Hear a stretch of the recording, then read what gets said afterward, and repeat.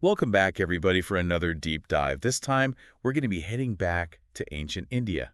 Oh, very cool. Yeah, around like 600 to 300 BCE. Okay. And really what we're focusing on is this fascinating time when Buddhism and Jainism Right. are really spreading and like taking root and Yeah. challenging a lot of the traditional ideas. Absolutely. But the thing that I find so fascinating is this is way before, Yeah. the printing press, the internet, all these ways that we spread ideas now. It's incredible to think about, isn't it? So how are these philosophies spreading? Well, you have to imagine, right? India at this time is undergoing a massive transition Okay. from nomadic life to settled agriculture. And this is a huge shift. Yeah. It's not just about new farming techniques. Right. This is a completely new way of life. The whole new worldview. It brings all these new anxieties and aspirations. Oh, interesting. And people are really searching for meaning in this new reality. So it's ripe for these new spiritual movements. Exactly. And that's where Buddhism and Jainism come in. Okay, so we've got these new ideas, society's changing, but how are they actually spreading? Well, I think it's helpful to look back even further to the Vedas, Okay. this collection of hymns and texts from an earlier period. Okay, so like 1500 to 500 BCE. Right around then. Now, they predate our focus period, but they give us great context Right. for how knowledge was transmitted in ancient India. So they're kind of like a model. A precursor, yeah. Yeah. See, the Vedas themselves were initially passed down orally Interesting. and then eventually written down. Oh, wow. And they're not straightforward history books. They're full of metaphor, symbolism, kind of like deciphering a code. Wow. For instance, there's a hymn dedicated to Ushas, the goddess of dawn, Oh, cool. and it describes this like awakening of the world, Right. hinting at this concept of the divine feminine, Oh, interesting. which is woven into their whole worldview. Okay, so let's talk about this oral tradition, because I think that's something that's really hard for us to grasp Oh, absolutely. today. Yeah. What was it actually like? Well, imagine a world where most people couldn't read. Right. Stories, teachings, rituals, everything passed down through generations by word of mouth. Wow. It's really the power of the spoken word. Right. Music, performance, making these ideas memorable, Yeah. and really striking an emotional chord. So it's not just remembering the words. No, Oh, no, yeah. it's about adapting, Okay. reinterpreting these ideas for new audiences. That's like a living tradition. Exactly. It's constantly changing and evolving. That's it. But then you start to get writing developing. Right. And that seems like that would be a pretty big shift. It is. Because now you've got this way to kind of solidify Yeah. these ideas. Yeah. I'm thinking like palm leaf manuscripts Exactly. and inscriptions. And think about it. This is how teachings could be preserved for future generations Right. much more reliably. So for Buddhism, you have... You have the sutras, Yeah. collections of the Buddha's teachings, Okay. and you have the Jataka tales, Oh, right. birth stories, offering these moral lessons. Yeah, yeah. And these texts provided a more fixed reference point for these often really challenging new ideas. Right. And then on kind of a different but similar note,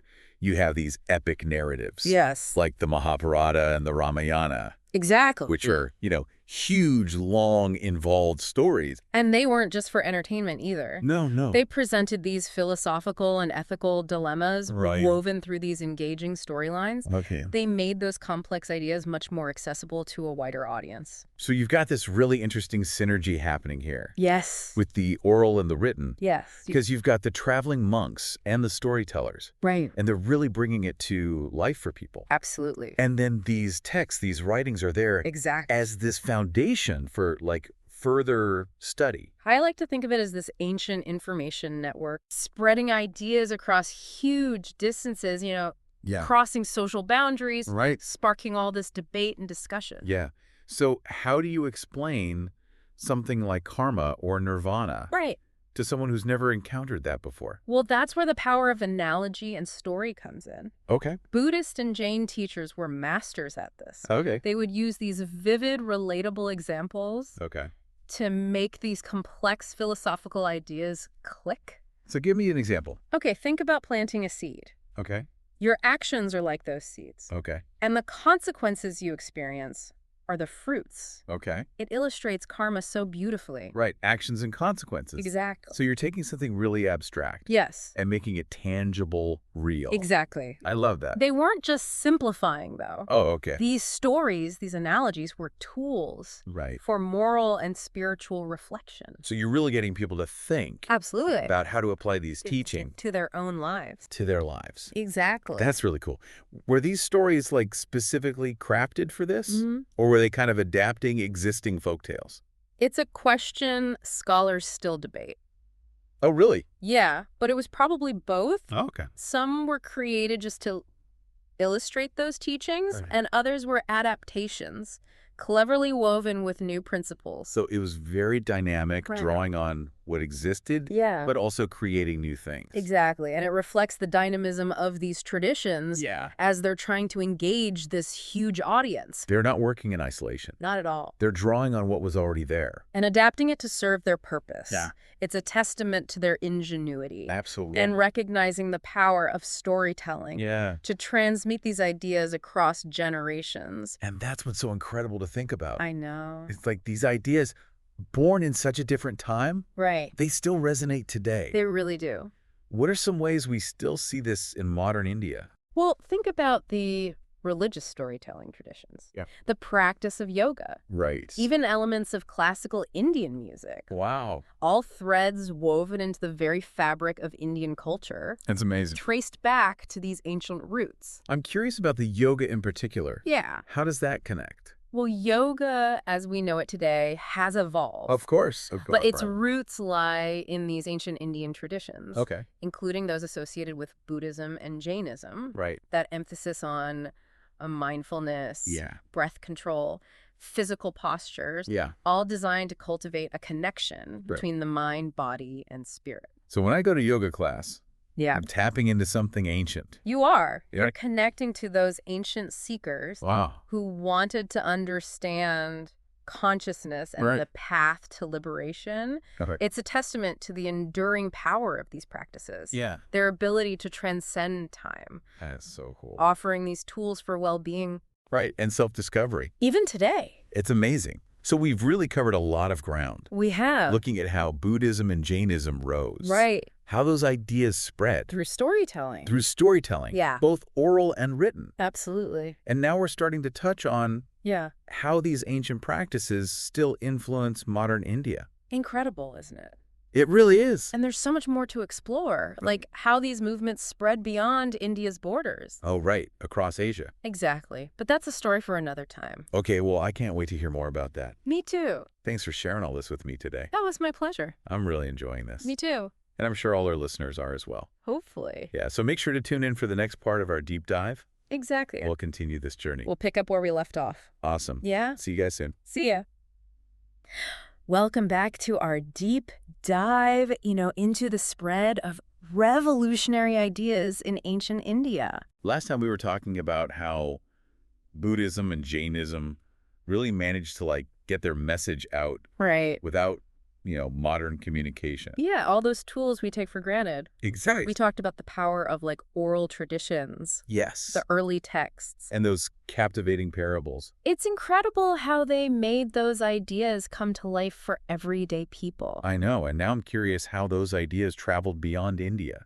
Okay, yeah, that's where we're headed. Perfect. We're going to follow these movements as they went beyond geographical and cultural boundaries. That's so cool. It's like watching ripples spread outward Oh, yeah. from a pebble dropped in a pond. But instead of ripples, it's these profound teachings Exactly. that transform civilizations. Let's follow those ripples and see how those teachings were received and adapted in different cultures. I'm ready for this global adventure. Okay, great. Where do we start? Well, a really pivotal moment for Buddhism happened around the 3rd century BCE Okay. with Emperor Ashoka. I've heard that name. He was a fervent convert to Buddhism, Okay. and he envisioned a world where the Buddhist teachings could flourish.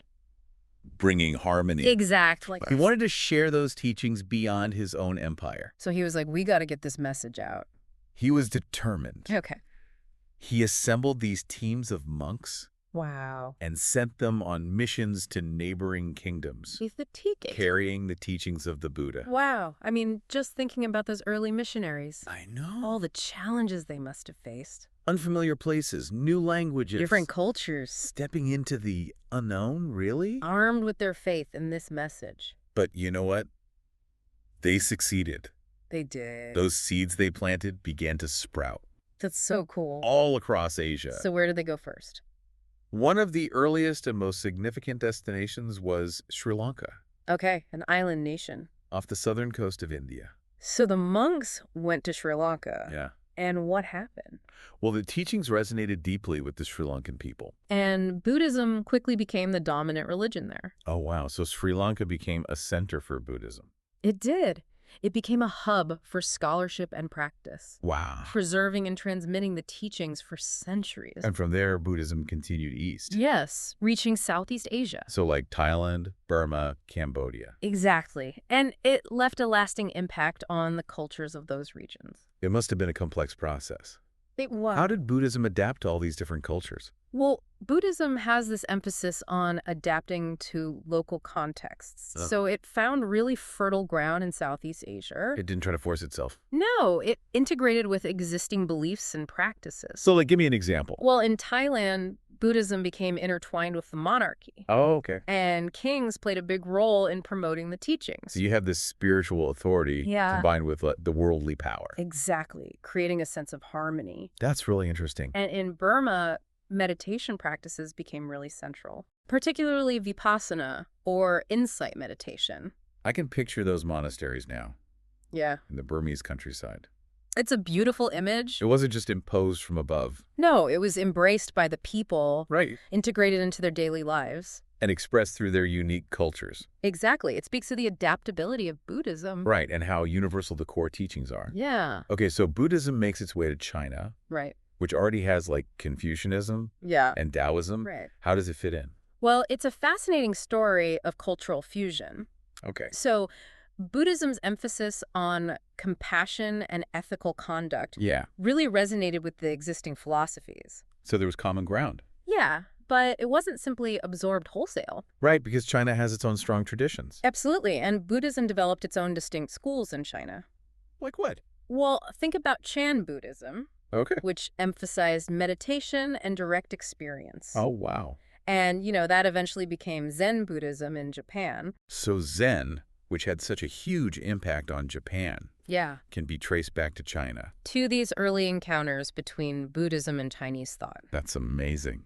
It's remarkable to see how an idea can travel like that. Across continents. Evolve and adapt, Yeah. but still keep its core essence. And eventually shaping a whole new civilization. It's like a spiritual relay race, Yeah. passing the torch of wisdom I love that analogy. from one generation to the next. A journey continues. Yes. Buddhism spreads to Korea Yeah. and Japan. And Japan developed its own unique blend of Shintoism and Buddhism. Right. They coexist They do. and complement each other. Buddhism in Japan emphasized ritual and aesthetics. And that connection with nature. Yeah, think about the Zen gardens. Oh, they're so beautiful. Or the tea ceremony. Yeah. Or those incredible temples. It wasn't always easy for Buddhism, though, You're right, there were periods of conflict and suppression. when it was seen as a threat. Exactly. That's kind of sad. It is. It's a reminder that even peaceful teachings can get caught up in power struggles. But it was resilient.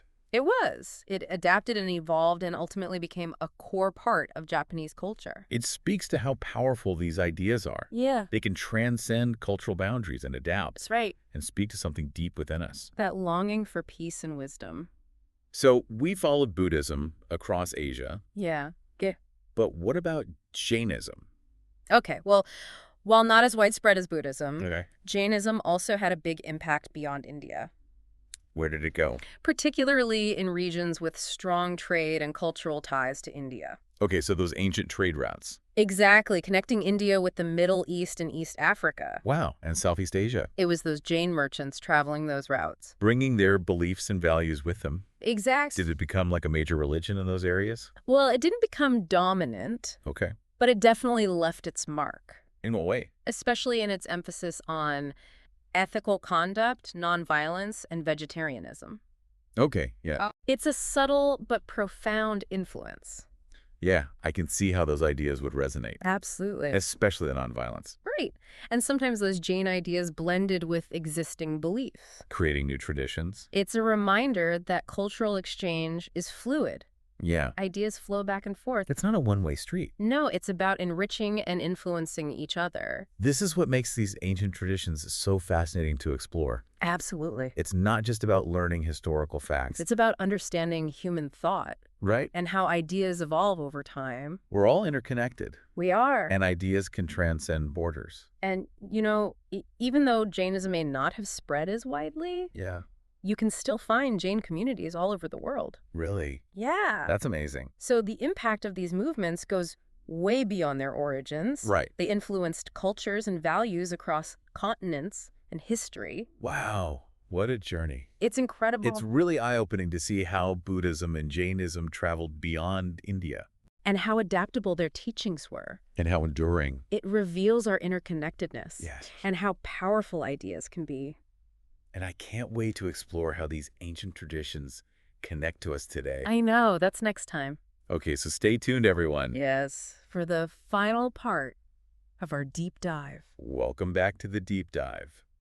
It's incredible to think about how far we've come. I know, right? You know, in just this one episode. We started way back in ancient India. Looking at how these new ideas were born. Buddhism and Jainism.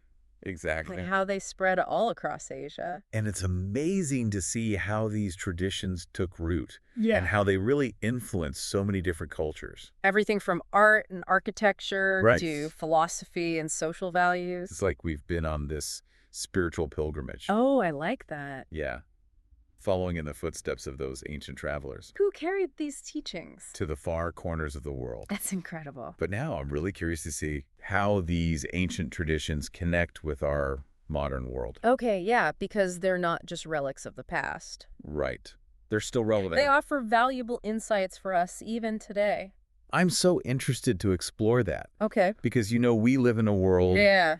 that's struggling with conflict. Right. Environmental problems, information overload. A lot. It really is. So how do these ancient teachings Yeah. speak to these challenges? Well, both Buddhism and Jainism really emphasize inner transformation Okay. as the foundation for a more just and compassionate world. So it starts from within. It does. Cultivating peace in ourselves. Exactly. Before trying to change the world around us. It's about recognizing that change starts within Okay. and that it can ripple outward. I like that, the ripple effect. Yeah. So it's not about waiting for someone else to fix everything. No, it's about taking responsibility for our own thoughts and actions. And recognizing how interconnected we all are. That's a core principle in both traditions. It really makes you think about, like, our priorities. Yeah. You know, in a world that's so focused on external achievements. Material possessions. Yeah, yeah. These teachings remind us to turn inward, Right. to cultivate inner peace and contentment. It's like what meditation and mindfulness are all about. Exactly. And both Buddhism and Jainism have emphasized these practices for centuries. And they're so popular now, They are. which is interesting. It's like we're rediscovering these ancient tools Yeah, yeah. for stress reduction and emotional regulation. It's like finding that inner peace amidst all the chaos. It is. It's about being present in this moment. Not dwelling on the past or worrying about the future. Exactly. But these traditions offer more than just personal transformation. Oh, absolutely. They also have something to say about the big global challenges. They do. Like, Well, consider the Jain principle of ahimsa. oh, nonviolence. Yes, and it's not just about physical harm. Oh, It's about extending compassion and respect to all living beings, to every creature. recognizing their inherent worth and dignity.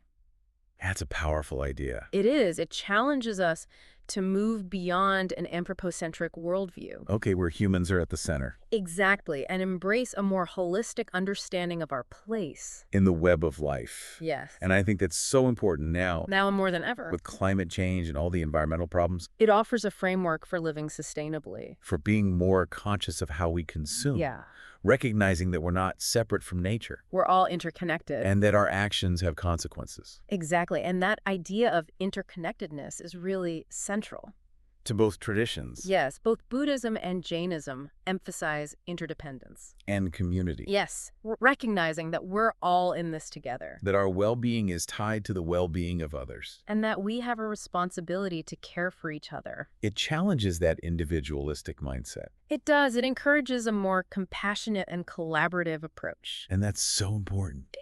for solving these global problems. Like poverty, inequality, conflict. Right. We need global cooperation. And a sense of shared responsibility. We're part of one global family. Our faiths are intertwined. Exactly. Okay, so we've seen how these ancient teachings connect with our world today. Yeah. But what can we learn from them on a more personal level? Well, one key takeaway is mindfulness. Okay. Bringing our full awareness to the present moment. Without judgment. Exactly. Just noticing our thoughts and feelings. It's about stepping out of that autopilot mode. Yeah, where we're constantly thinking about the past or worrying about the future. And just being here now. It's so hard to do, though. It can be, but it has incredible benefits Yeah. for our mental and emotional well-being. It reduces stress. It can help manage difficult emotions. Yeah. And cultivate a sense of peace. It's like a pause button. Yeah, for that constant stream of thought. And that awareness can affect how we interact with others, It can. how we approach challenges. It's like bringing that intentionality to everything we do. Exactly, even the smallest things. So how does that look in a real-world situation? Okay, imagine you're having a conflict with a coworker. Okay. If you approach it with mindfulness, Yeah. you're more likely to listen, Really listen. understand their perspective, Yeah. and find a solution that works for both of you. So it's not about reacting defensively. Right. It's about being proactive and conscious. And compassionate. Right. Compassion and empathy are other key lessons we can learn. Compassion is about recognizing the suffering of others. And wanting to help. Yeah. It's about opening our hearts. For everyone. Even those who are different from us. Or who disagree with us. It's about seeing our shared humanity. And empathy is about understanding how someone else feels. Putting yourself in their shoes. Yeah. These qualities are essential for building understanding and resolving conflicts. Especially in such a divided world. It's about remembering that we're all interconnected Yeah. and deserving of kindness and respect. Regardless of our background. Or beliefs. It's a powerful message. It is. So we've got mindfulness, compassion, empathy. Yeah. What else can we learn from these traditions? I think the last key lesson is about impermanence. Oh, wow. That everything changes. Yet nothing lasts forever. And that clinging to things causes suffering. It's about embracing the flow of life. Yeah. Acknowledging that change is inevitable. Learning to let go. We see impermanence everywhere. The seasons change. People age. Relationships evolve. Exactly. But we often resist change. We do. We cling to what's familiar. We're afraid of the unknown. But recognizing impermanence can help us detach. Yeah. Appreciate the present moment. Go with the flow. It's about finding peace amidst the constant change. Wow. It's like dancing with life. I love that. Embracing the ups and downs. And finding joy in the journey. That's beautiful. And it can be so liberating. To let go of that illusion of control. And just live authentically. This has been an incredible journey. It has. We've gone from the birth of these ideas. To their spread across the world. And now to their relevance today. It's amazing. These ancient teachings are so much more than just concepts. They're tools for navigating life. Individually and collectively. And it's inspiring to think about how they continue to offer guidance. For a more peaceful and compassionate world. They really do. So as we wrap up, I just want to encourage everyone listening to think about these teachings and how they might apply to your own life. Even the smallest acts of kindness and mindfulness can make a difference. They can create a ripple effect. That can transform the world. It's true. It's been a privilege to explore these ideas with you. Likewise. Thanks for joining us on this deep dive. Until next time. Keep exploring.